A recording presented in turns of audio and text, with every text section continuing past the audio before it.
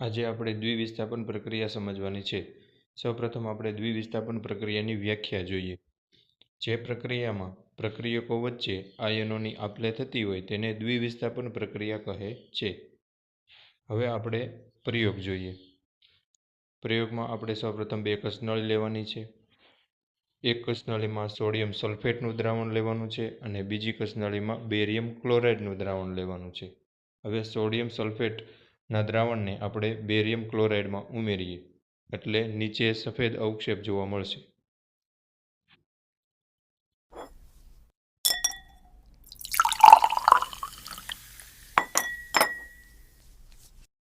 તમે જોયું કે જ્યારે આપણે સોડિયમ સલ્ફેટના દ્રાવણને બેરિયમ ક્લોરાઇડમાં ઉમેરીએ છીએ ત્યારે આપણને સફેદ અવક્ષેપ જોવા મળ્યા હતા, જેને શું કહેવાય છે? જેને બેરિયમ સલ્ફેટ કહેવાય છે।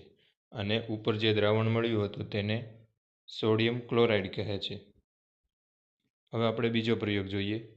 આ પ્રયોગમાં આપણે બે કસનળી લેવાની છે। એક કસનળીમાં લેડ નાઇટ્રેટનું દ્રાવણ લેવાનું છે અને બીજી કસનળીમાં પોટેશિયમ આયોડાઇડનું દ્રાવણ લેવાનું છે।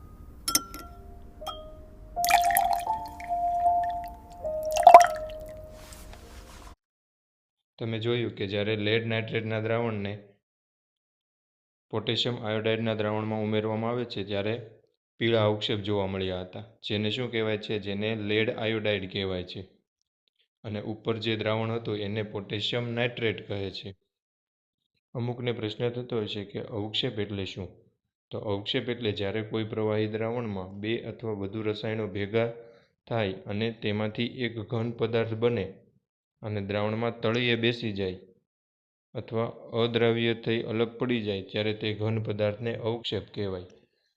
હમણાં જ આપણે બે પ્રયોગ જોયા।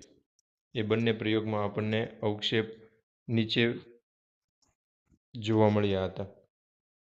પહેલા પ્રયોગમાં આપણને સફેદ અવક્ષેપ જોવા મળ્યા હતા અને બીજા પ્રયોગમાં આપણને પીળા અવક્ષેપ જોવા મળ્યા હતા, જે અદ્રાવ્ય હોવાથી તે નીચે બેસી જાય છે। Thank you.